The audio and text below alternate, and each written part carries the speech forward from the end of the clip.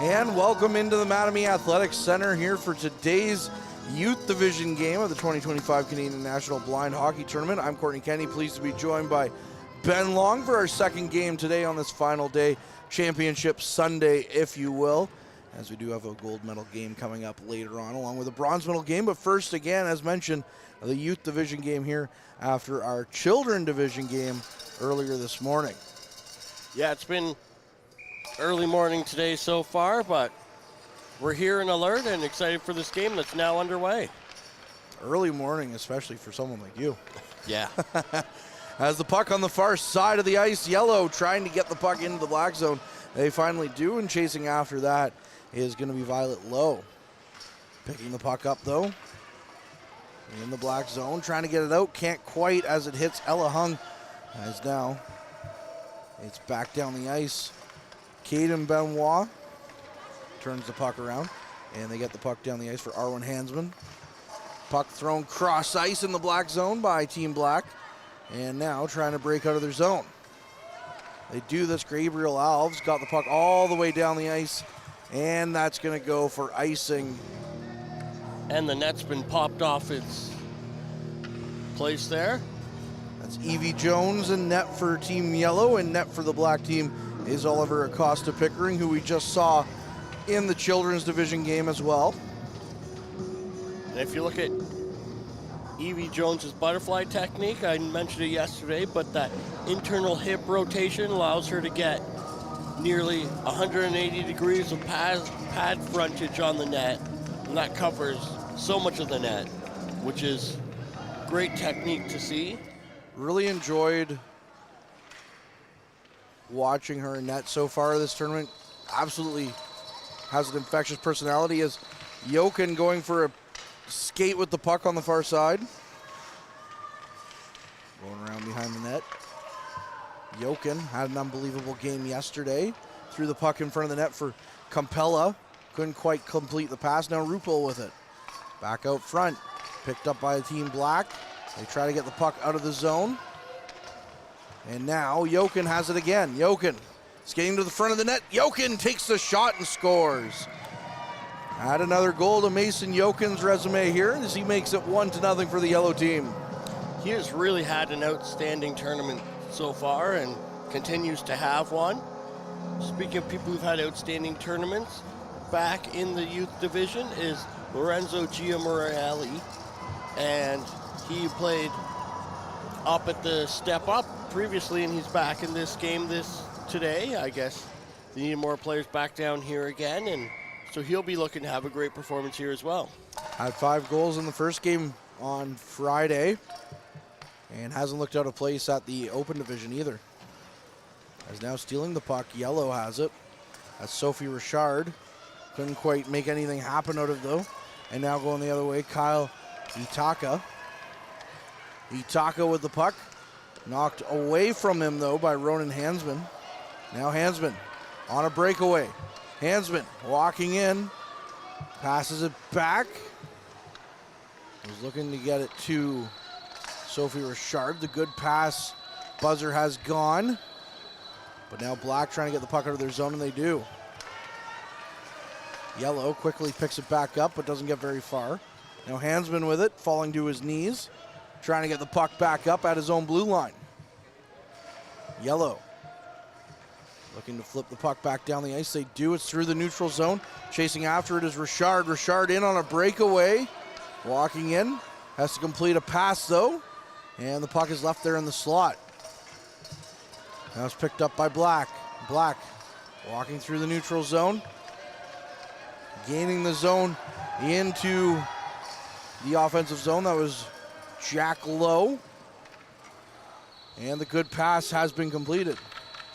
Now Hansman picks it back up. Hansman going for a skate. Gains the zone. Gets it back into the offensive zone for Yellow. Hansman has to go around. Is in the corner now looking for an option to make a pass. They do. They make the pass back to the blue line, but it's not completed. Now Black the other way. Trying to get through the neutral zone, over skating the puck, however. And now picked up by Jack Lowe. Lowe skates the puck into Yellow territory. Lowe on the far side. Tried to get it across. A good stick there by Nafte Candola. As now the good pass is completed for the black team, though, as they do pick it up. Now Hansman back again. Hansman leads the rush down the ice. Tries to get around Violet Low. Couldn't quite make it, though. Now Candola on the far side. Candola trying to make it to the middle for Richard. Pass not completed again. Black going the other way. Black walking in. That's Jack Lowe. Jack Lowe left it. Got it to Itaka. Now back to Lowe, just putting the shot wide. Looking for the wraparound. Couldn't quite get around, though. And now Bergeron Squirrel got the puck to the near side. Picked up by Yellow. Tried to get it out of the zone. They do. It's picked up by Violet Lowe, though. And now we're going to get an offside call against Black as they tried to regain the yellow zone. And this has been a great game. There's lots of good puck moving, lots of good passes being made, and some good goaltending happening.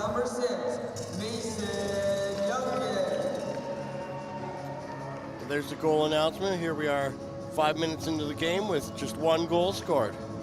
Mason Jokin getting the goal. As if there was any surprise there. Yeah, I think yesterday, within the first 6 minutes of the game, he might have had a hat trick already. Unbelievable. Just the level of play from that young man. Like, I think he skates better than me. Skates better than me, that's for sure. Arwen Hansman in on the attack for Yellow. In the near side corner, throws the puck out front. Was looking to complete a pass. Couldn't quite find an open man, though. Now the puck goes around the end wall and out. Black will get there first. Black going in, trying to get a chance. That's Sadie Trant. Tried to pass it out front. Now Yellow's going to get it back out of their zone on the near side wall. On the far side, Violet Lowe going for a skate, gets it back to the point. Picked up by Gabriel Alves, thrown towards the net, couldn't quite get it on net. Now Alves picks up the loose puck again. Alves has to chase after it as the puck's all the way back down into the black zone. Alves twisting and turning, throws the puck out of their zone. Now Trant goes cross ice looking for Lowe. Lowe skates the puck up on the far side by the benches. Walking in. Now the puck's pinned there in the yellow zone, comes away. Alves tried to get it out front, lost it. Trant was there as well. Now another chance, flip back towards the front, and Burke was looking for a chance as well. Back to Lowe. Lowe skating in. Lowe takes the shot, and it's off the post, and it's a good goal as Black ties it up with Lowe getting the goal. The Lows have both had a great tournament here, but so has Alves, the line mate of Violet Lowe out there currently. They are just, like, a lot of these players are playing really well. Alves has been playing particularly good defensively. He's been really kind of thwarting some of Yellow's chances towards the net.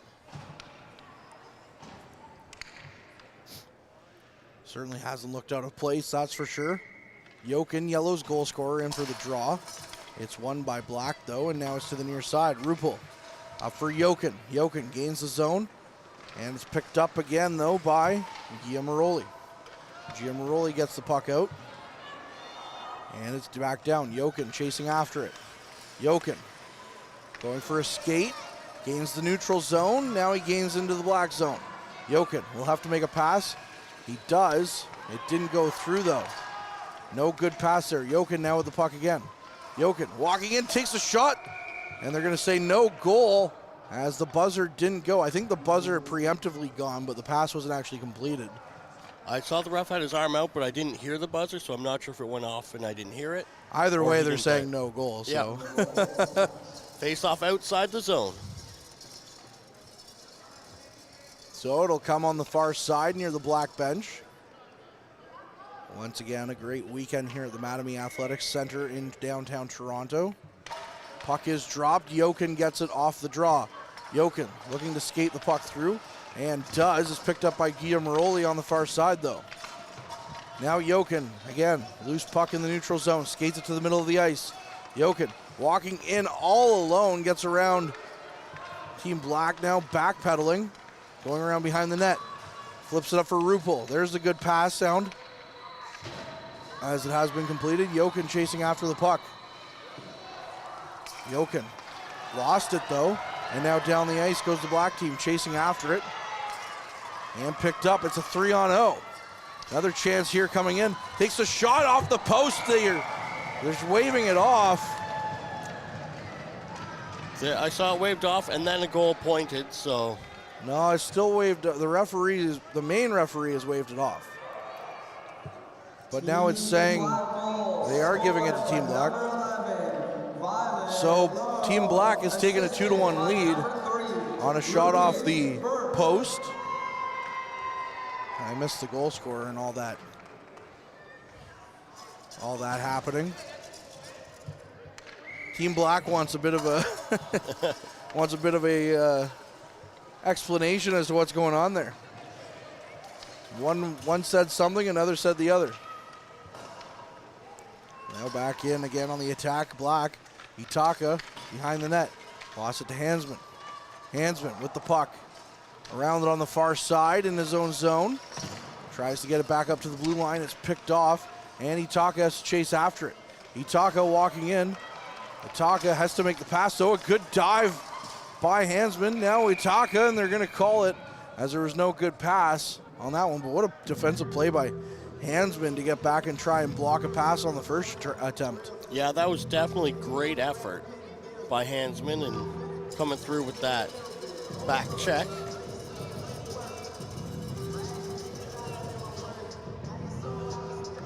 They line up for the face-off just outside. Face-off coming on the near side. Looking to drop the puck again, but Team Yellow's players lined up in the right spot. I was going to say Team Yellow's having a bit of a personnel issue here. Trying to figure out who they want on the ice. They drop the puck. 3 minutes left in this opening frame. 2-1 Black. And now going for a skate after it is Sophie Richard. Richard needs to make a pass though. Has to stop and turn. Puck back again. Richard on the far side in the corner. It's picked up by Jack Lowe. Lowe flipping the puck out of their zone. And now it's down the ice for Danny Riley to chase after. Lowe picking it up at the yellow bench. Hansman gets the puck back down into the Black zone. Will it have the legs for icing? No, it's just slowing down and they already waved it off. Ella Avery in her own zone with the puck. Falling, blowing a tire. As now the puck underneath her. As both teams try to chip away at it. Jack Lowe with the puck. Tries to get around Riley. Lost the puck though as Richard is in there getting the puck back in. Now Lowe, the battle of the sevens. Sends it back down the ice. Hansman gets to it on the far side in his own zone. Up the middle of the ice looking for a pass. Couldn't quite connect. And if it has the legs, they're going to call icing. No, it's waved off as the puck is slowed down on the near side wall in the Black zone. Still battling on the half wall. Looking for some options. That was Candola. Now the puck thrown behind the net. Sophia Aidon got the puck down the ice again and out. And chasing after it is Riley. Riley lost it to Lowe though, and Hansman chasing after it. Hansman behind his own net now. Flips the puck down the ice. Just looking to get it out. Now it's picked up by Violet Lowe and clearly offside as she went to carry the puck back in. So now we'll get a stoppage here. And there was some incidental contact there after the whistle and a good display of sportsmanship for each other to pat each other on the back. She's like, yeah, he's all right. Still good here. And both teams have line changes. And we set up for the face-off just outside the yellow zone. Yellow Vision and Development game comes up after this one at 10 o'clock. Into the final minute now here of this first period. It's 2-1 Black. Going after it, chasing it through the neutral zone is picked up by Yellow. and flip back. Now Black picks it up. Going off on the rush. Walking down is Alves. Alves needs to make a pass. Good pass completed. As the buzzer goes. Now on the near side wall. Low. Chasing after it. It's out of the zone, so they'll have to complete another pass again if they get it back in. Low. 10 seconds on the clock. It's picked up. And that will end this period with that offside call. So, we're just waiting for the buzzer to end, but with that being said, we'll go to a quick break, give our voices a quick rest, and we'll be back with more on the other side of this.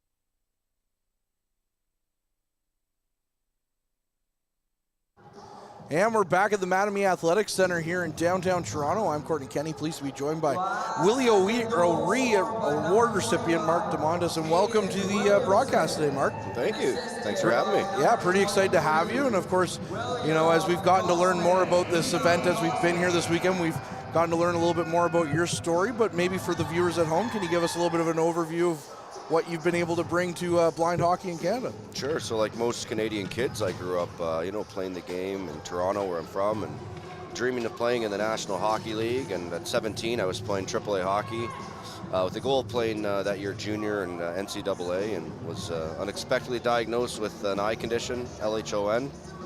And I unfortunately had to stop playing traditional hockey as we know it, but discovered blind hockey. It's been around since 1972. Here in Toronto, and that changed my life forever. So when you, like, it's got to be a little bit crushing when you get that diagnosis to know that you can't play hockey that way, but when you're kind of given a second crack at it with blind hockey, how good of a feeling was that? Oh, it was a life changer. I mean, the first thing I asked the doctors after they diagnosed me with sight loss, the very first question I asked was, can I still practice tonight at 6? Because to me, hockey was everything. So I said, I'll deal with the sight loss later. I got to get to practice. And a lot of that's just because hockey's been in our family's blood, and we were raised playing the game. And just like these kids here today, we love it, right? Now, of course, this event has grown considerably. I mean, we heard how much, almost 20% just from last year alone. But from when you kind of started doing or getting involved, 11 years ago and all that stuff, how much has it actually grown in those 11 years? There's a funny photo in the first year in 2013 where the opening ceremonies, there's a few of our buddies just in the stands, like one or two guys, and the place is completely empty.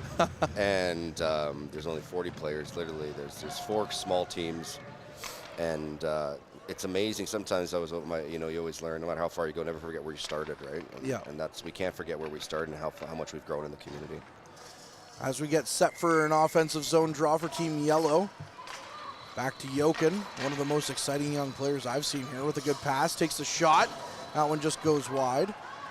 Gia Morelli with the puck in the own zone, flips it out of the zone. And Mark, we got involved thanks to our connection with Brian Floyd, and of course he told us you were friends with him growing up. Yep. So, what's it mean to have a guy like Brian Floyd who brings so much connections and to the table? I call him PA, announcer extraordinaire, but he is really, a jack of all trades, a master of all trades, I should say. It's amazing how many close friends started by just wanting to lend a helping hand and volunteer their time, and are now a part amongst the fabric and the culture of the game and really the community. And that's Brian's a gem, and I've been friends with him since we were kids, and he's still here every year. He makes his way back, and he treats this like he does any professional game. He wants to ensure everyone feels that same experience, and you gotta love him. Yeah, I can't say enough good things about Brian. We did ask him. He used to be, as you're aware, the public address announcer for our North Bay Battalion. So we asked him yesterday, can we get at least 1 minute till ceasefire at the end of the period like you would at battalion games? And he definitely helped us out on that one, as Arwen Hansman chases the puck into the offensive zone, gets it to Jokin behind the net. Jokin Looking to get something going here from behind the net as Yellow finds themselves down 2-1. Now it's back and it's through into the neutral zone now for Black on the rush. Looking to make a pass back. That's Giamaroli with the puck, who's played up in the open division throughout this weekend as well. Giamaroli looking to make a pass, can't quite create or get one through now, and Jochen gets it. Was it tough, learning the game and the different little niches and nuances to it where, you have to make that pass before you can take a shot? There's not really such things as breakaways at this level either. Well, that when I first started playing, that first pass rule was never around. Oh, really? There's a couple funny stories about that because when I joined, big save there by there we go. Acosta Pickering, and there was some. Let's just say there was a few breakaways, and we had to figure out how to make the game more accessible and fair for all participants. And the one pass rule just totally makes the game an even playing field on both ends. And for me, I mean, after I lost my sight, I started playing blind hockey. I didn't care too much how hard it was. I didn't care too much that it was different. And for me, it was mostly about I get to keep playing the game. I get to keep my skates on every day and doing what I love to do. And that's why it's so important for Canadian blind hockey to keep creating those opportunities. And look, how cool is this? Like there's kids and youth here from all around North America. Yep. And they're on the same teams. Like you don't see this traditionally in minor hockey, really ever. No, you usually play with the kids you go to school with at your in your home barn, so to speak. But not only that, to play. I know these kids might not understand the significance at their age, but to play at a place like that's so steeped in history, like Maple Leaf Gardens as well, it's unbelievable. And at the time when you guys started this, it had just become the Mattamy Athletic Center. As now Black going for another chance here.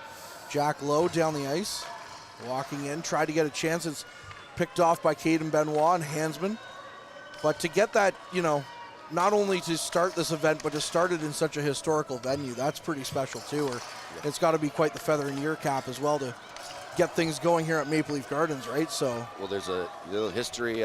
History tells us some cool stories. Good chance here, sorry, for Rupel. Rupel coming in with the good pass and can't quite get a shot away. Sorry, go ahead. History tells some cool stories. Back in the, I believe it was in the 70s, Harold Ballard used to sneak in the Toronto Ice Cells into this very arena. Really? To give him a skate, even though Harold Ballard was known to be a nasty general manager, right? Yes. But he had a soft spot for the blind. We don't know what it was, and he used to. And then Red Kelly and his wife, they used to put on a program for blind kids, and they'd have a festival like here at Maple Leaf Gardens. And there's some really cool history we're uncovering. That's really neat, especially considering, when you talk, like you said, Harold Ballard. I mean, I sent a picture from my dad as a shot there. Acosta Pickering making another big save to keep Black in the lead with 2-1. But my dad grew up a Leafs fan, so when I sent him a picture from in here, he said the ghost of Harold Ballard still haunting those halls. So the fact that you can shed light maybe on a good thing that he used to be known for, or maybe not known for, but do behind the scenes is pretty neat and really adds another level to the grassroots for you guys as well to kind of pay acknowledge or homage to, like, this building's been through it before. Yeah. There's kids playing this game that maybe as of a few weeks ago didn't realize that now they actually could maybe represent their country one day and dream of wearing their country's jersey, whether in Canada or the United States or anywhere.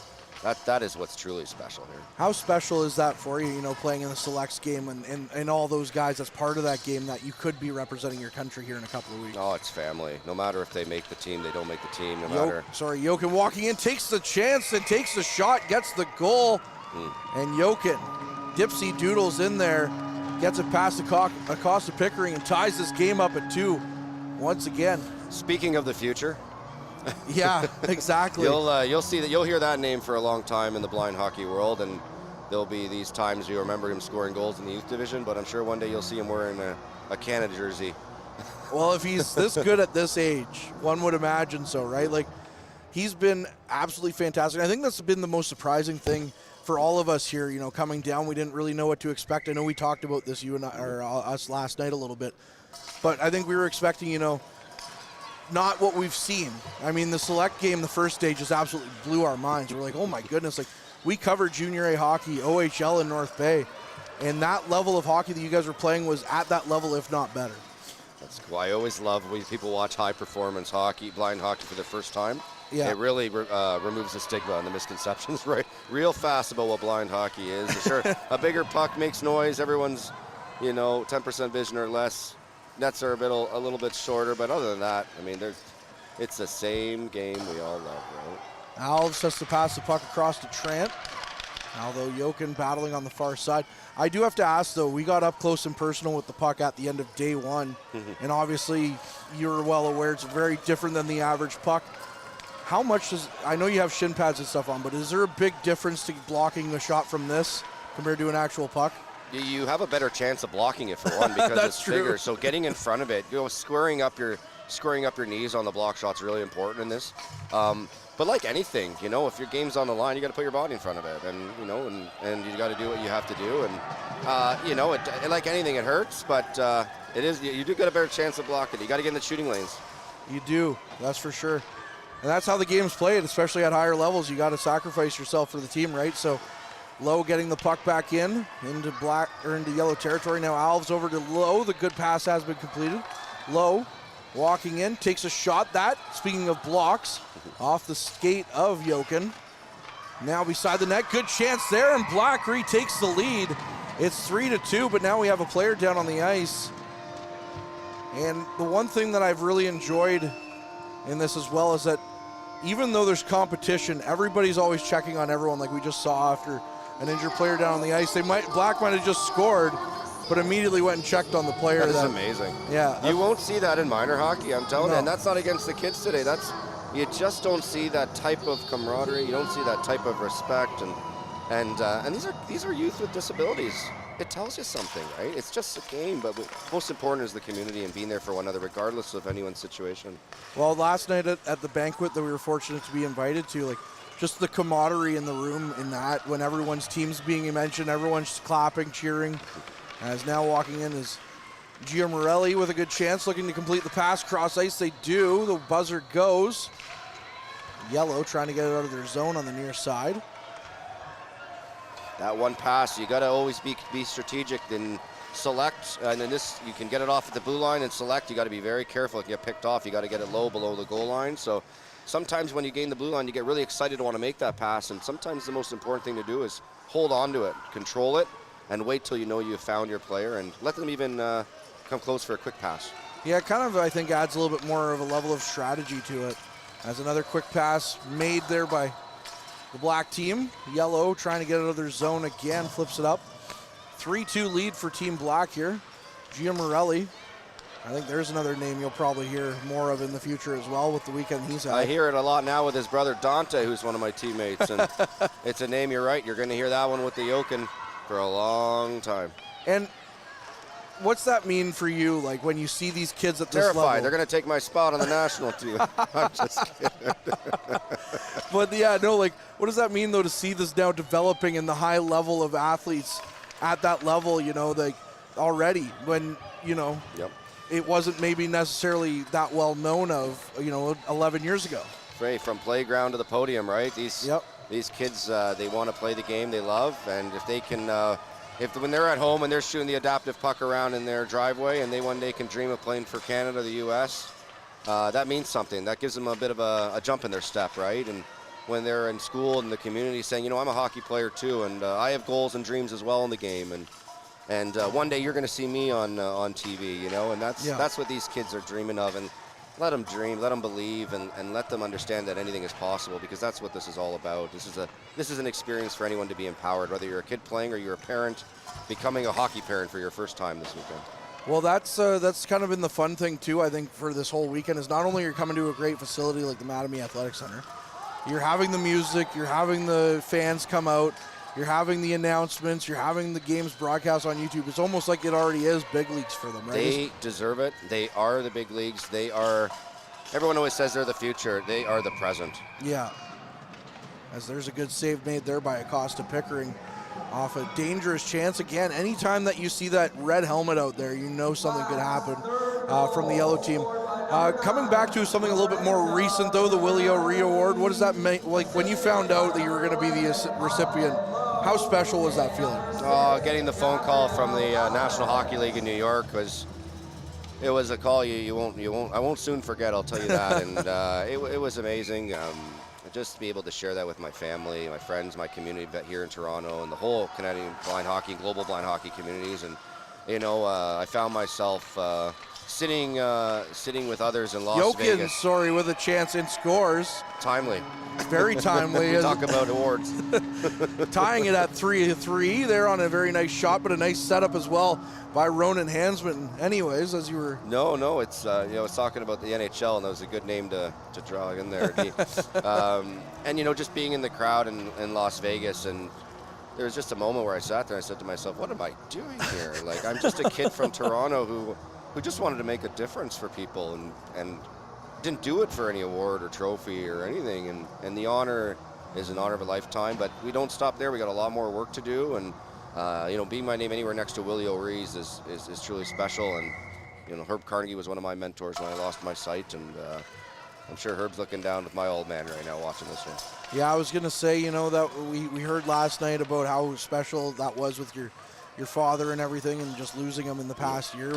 What did he mean to this whole community? And as we get a quick chance here for the black team walking in on 2-0, making the pass, they do, and a big save there made by Evie Jones, who, again, one of my favorite goalies that I've been able to watch this weekend. I absolutely love the infectious personality brought. Every time there's music you watch down there, they're usually jamming out. So have fun. That's what my dad would have said. Exactly. So this is hockey. Exactly. So another chance here for the black team coming in. But again, what did your dad mean to this community, and how special was it to have him around and be supportive? Oh, he was a true visionary. We knew we wanted to build a community. We knew we wanted one marquee, event like a national tournament like this. And he said to us, we're going to treat this arena like we treat our own home. We're going to open the doors. We're going to let in the world, whatever who you are, where you're from.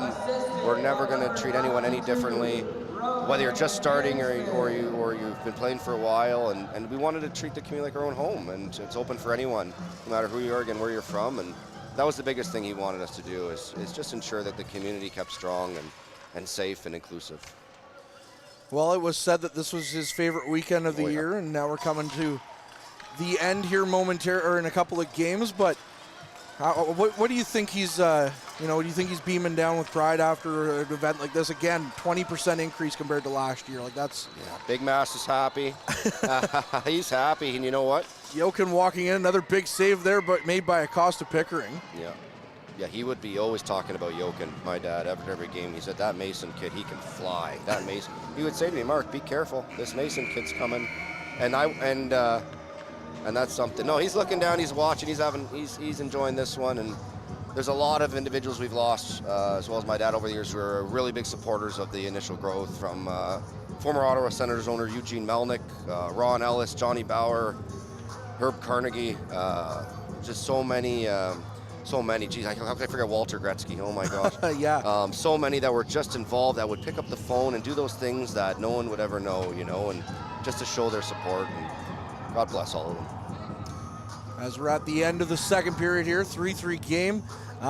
But that's impressive, the list of names that you've just went through. A lot of them, of course, calling this place home for a few years as former Maple Leaf legends. Walter Gretzky, the mayor of Brantford, they call him, and even to this day, he still has a spot at the Bulldogs Arena. So, but also, when we come to this, you see the list of sponsors as well, but also to see the support of my favorite team, the Toronto Maple Leafs, listed on there. Regrettably, my favorite team.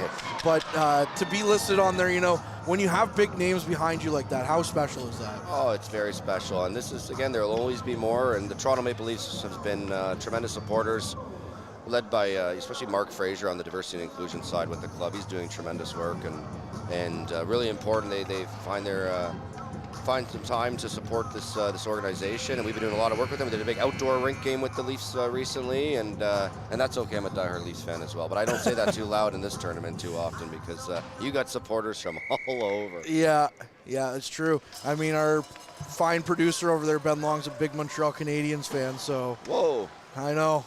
But even then, to give him credit, and he's the only one out of the four of us coming here that got to see a game at Maple Leaf Gardens back in the day. But even coming here, he still had to admit that he's in awe of this building, right? So first game I ever went to. Dad, my brother, and I jumped on the streetcar, College Street. We made it here, and it's where you fall in love with the game. And absolutely. Jokin walking in, trying to get a pass away.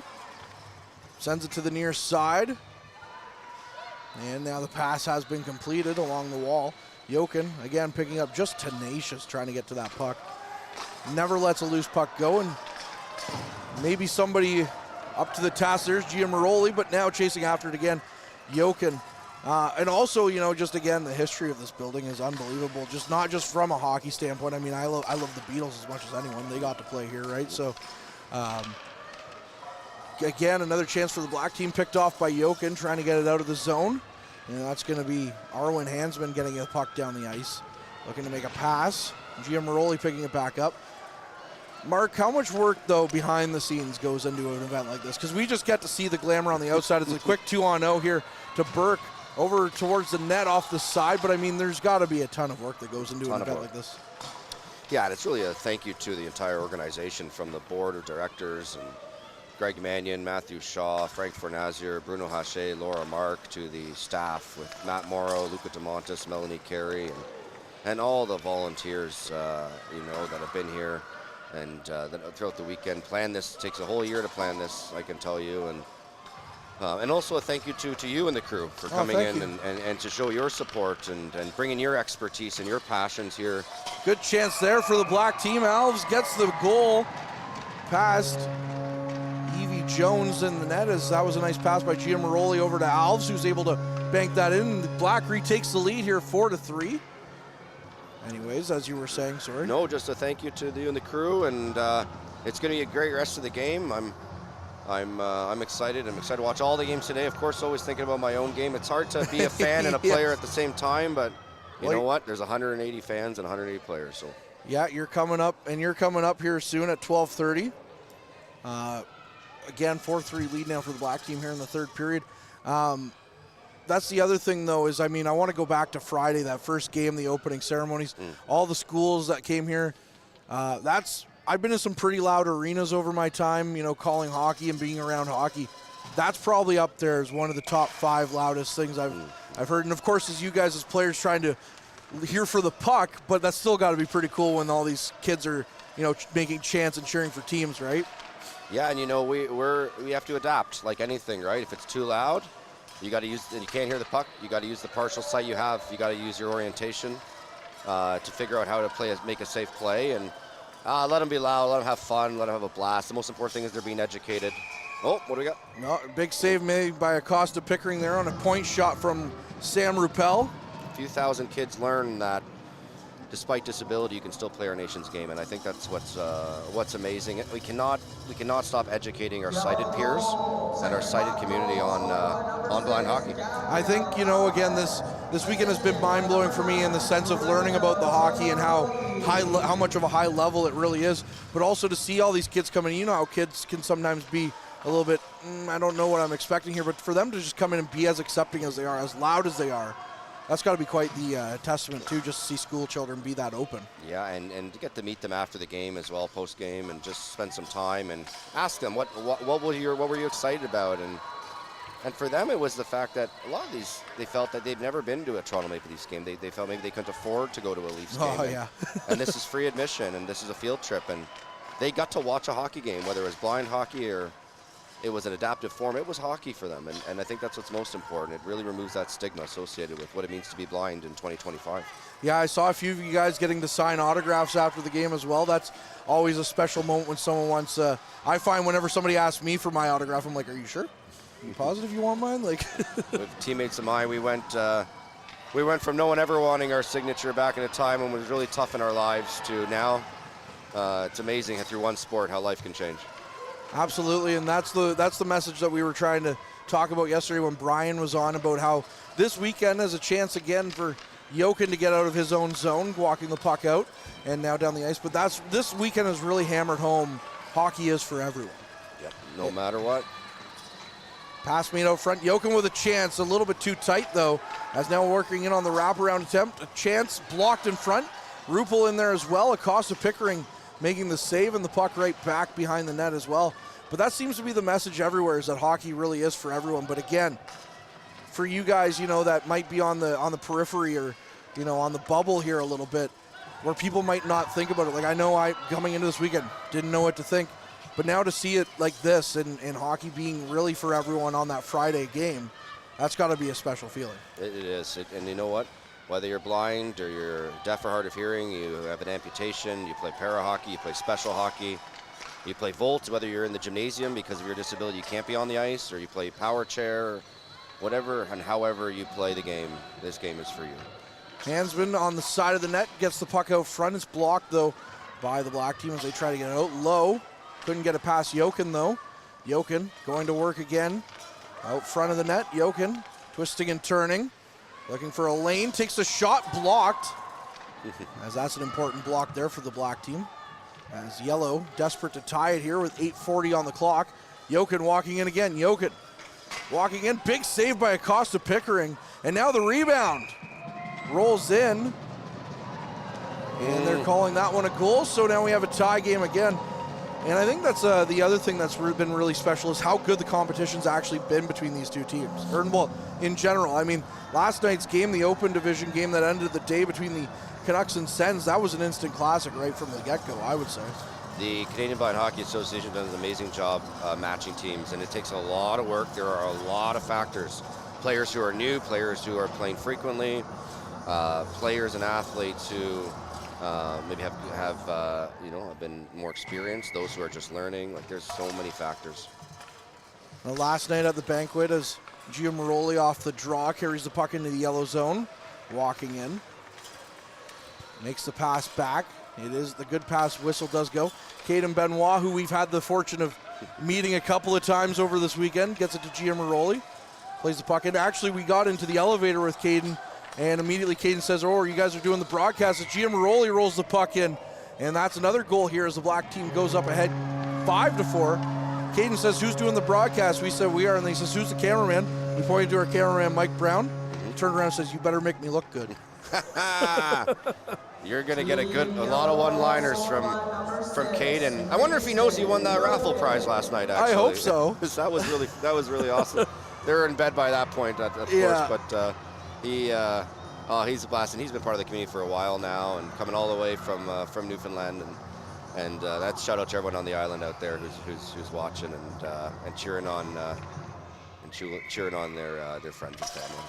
Yeah, he was relentless. He didn't let it go, though, with Mike. He came and found him even at during the events, all the days that we could. We said, "Oh, Mike, here comes your best buddy. He's looking for you." So he'll be here after this game. You be ready. Oh, yeah, I'm sure.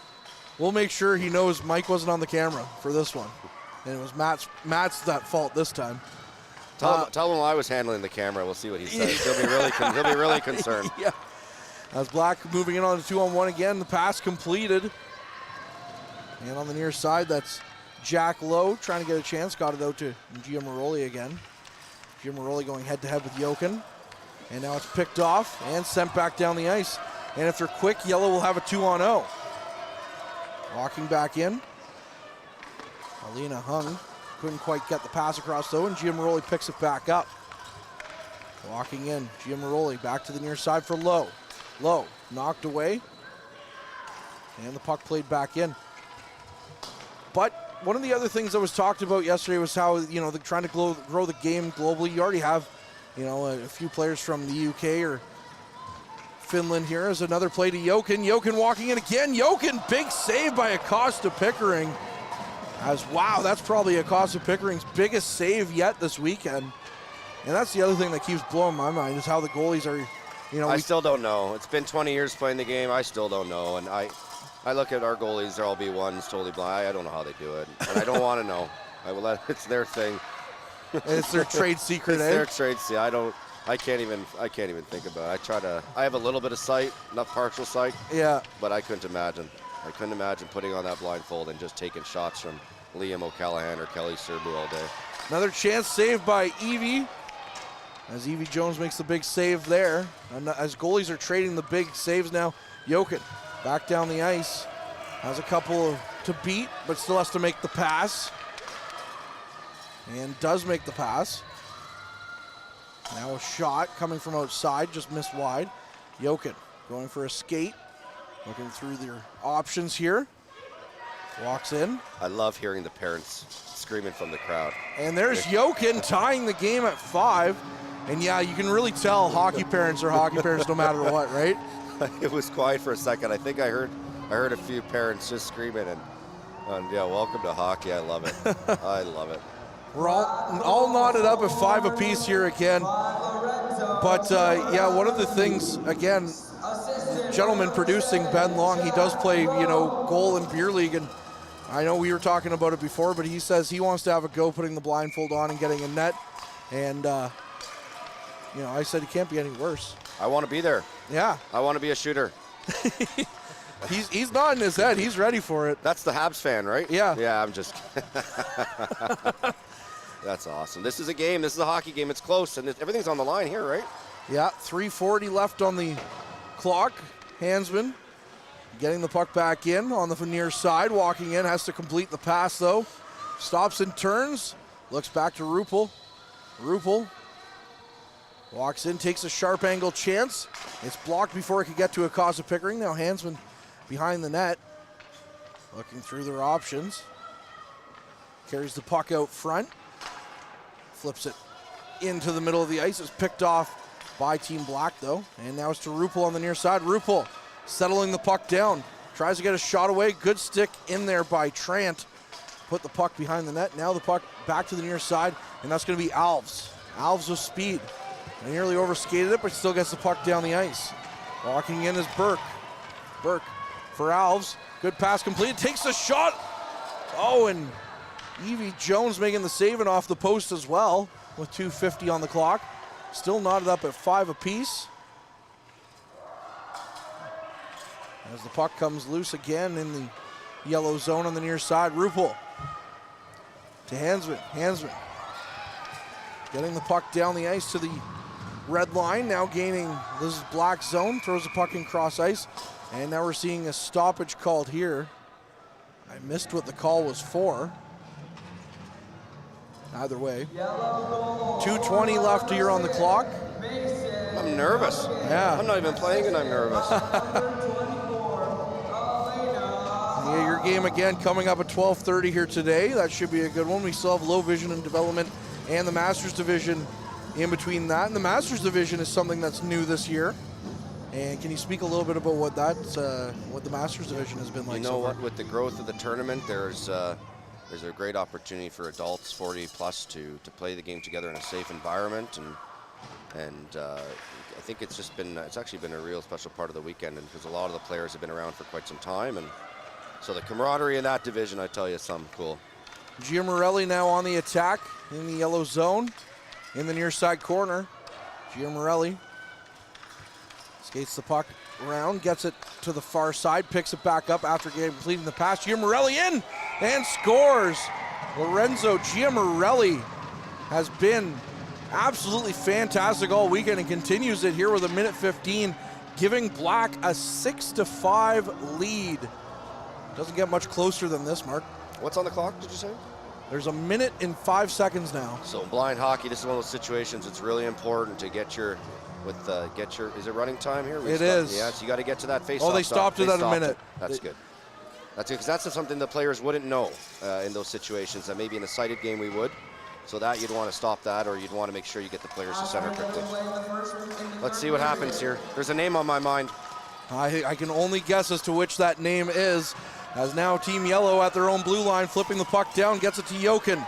Jokin has to complete the pass, though. Jokin twisting and turning. He does complete the pass. Now gets it over for Hung. Playing it back. 35 seconds on the clock. Jokin walking in, cutting in. Jokin with a chance. Jokin puts it wide. Hansman in the corner. Hansman out front, gets it to Jokin in the slot again. Jokin, another chance, slides on net. Rebound. It's in. They're waving it off, though. 21.9 seconds on the clock. Hansman had the rebound, but they waved it off. I think they're going to say the puck was dead in the crease. As now we're going to get another chance here, but only 21.9 seconds on the clock to tie it. And I think that name you were thinking of was definitely instrumental in making some options happen there for Team Yellow. Now, are they pulling their goalie? Evie Jones still in net. And they're only playing with the 5, but now it's Jokin off the draw. Jokin taking the shot. And that one hits a body and goes wide. Now Giamorelli in the corner. It's back out for Jokin. Jokin tried to throw the puck to the middle. It's picked up by Yellow. 8 seconds. Another chance here. Goes cross ice. Jokin takes the shot. and it's saved by Acosta Pickering. 1 second on the clock. Jokic chasing after it, and that's all she wrote here as Black's going to eke out a 6-5 victory over Team Yellow, despite Team Yellow's best chances in that final minute. What an exciting end to this one, and an exciting end to the youth division here this weekend, Mark. There you go. There's another one for you in the books, and these kids are, and these youth, they got to experience a championship game, and we got a final score there. What a great game, what a great event this whole weekend's been. Before we wrap up, Mark, I just wanted to ask, you have any final thoughts before we send it back to our little break here? You know, no final thoughts, because I know it won't be the finale, if you know what I mean. There's Absolutely. The thoughts keep going, and we're always trying to figure out how to make it bigger and better as a community, and more impacts, more inclusion, and more inspiration, right? I mean, they're both winners, these teams. I know everyone says that, but in this case, they're both winners, and good for them, and good for everyone else involved. And I tell you, there's another one for you. There's the 11th annual, that's the youth division there. Always an exciting time that we've had with these youth division games throughout this weekend, and they saved the best one for last. Again, Mark DeMontis here on the program. Really happy to have you, and really happy to get to know you a little bit this weekend as well, and get to know this whole event here at Blind Hockey in downtown Toronto at Maple Leaf Gardens. Thanks so much for joining us. Thank you very much. Thanks for having me, and enjoy the rest of the day. And again, thank you for all you've been doing. If the games are half as good as this one, I think we will enjoy today very much. Thanks so much. That's Mark. I'm Courtney Kenny, and we'll be back with more hockey on the other side of this.